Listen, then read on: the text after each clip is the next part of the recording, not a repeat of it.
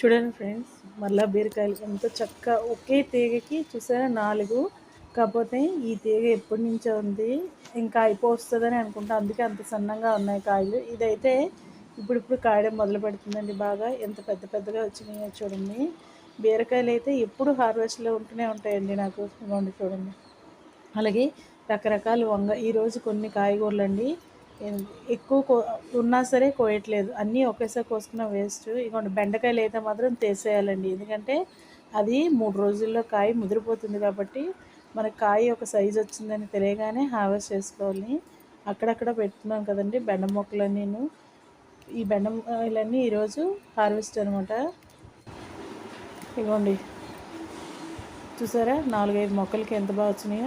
అలాగే చూడండి ఇది ఎంత బాగుందో, సన్నంగా పొడుగ్గా వచ్చింది. కాకరకాయలు అయితే పెద్దగా రావట్లేదు కానండి, 1-2 వస్తున్నాయి. నల్ల వంగ కూడా అంతే, 1-2 వస్తున్నాయి. బీరకాయలు, వంకాయలు, బెండకాయలు